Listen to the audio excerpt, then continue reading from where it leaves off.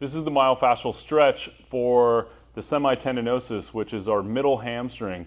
We break up the different stretches for the hamstring so that we can get total mobility of each part of it, plus each part of the hamstring has a different attachment to the knee. So if we're going to have proper knee function, we need to make sure that we do the different stretches. So we're going to go ahead and bend this left leg because right now we just don't care about it. We just don't want it to influence what's happening with the pelvis. We want to keep that belt buckle straight forward with the pelvis.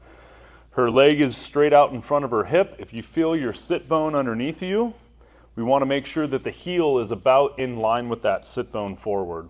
She's going to go ahead and flex her ankle. She's going to turn her foot in. We're going to keep that kneecap straight up and down, so don't rotate through that leg. Keep it nice and straight. We're going to sit up tall through the spine. I want her to think about sticking her tail out like we want to anteriorly tilt the pelvis or tip the pelvis forward. And when we do that, we should feel the tailbone try to push out back behind us, but then also that sit bone trying to slide back away from the foot.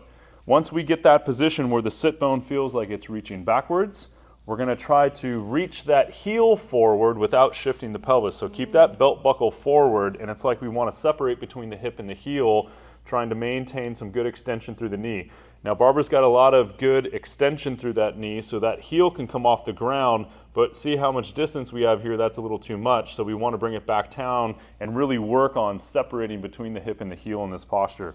Both arms are going to reach forward. It's like the side that we're working with is that arm is going to reach directly over that leg, and our goal with a nice straight spine is to try to hinge forward at the hips to try to increase that stretch as we lengthen through the spine, and as we keep working to separate between that hip and the heel, the foot is pulled back, the foot is turned in, we're keeping that knee straight up and down, we're breathing. 3 times 30 seconds on each side is going to be our stretch for the semitendinosus.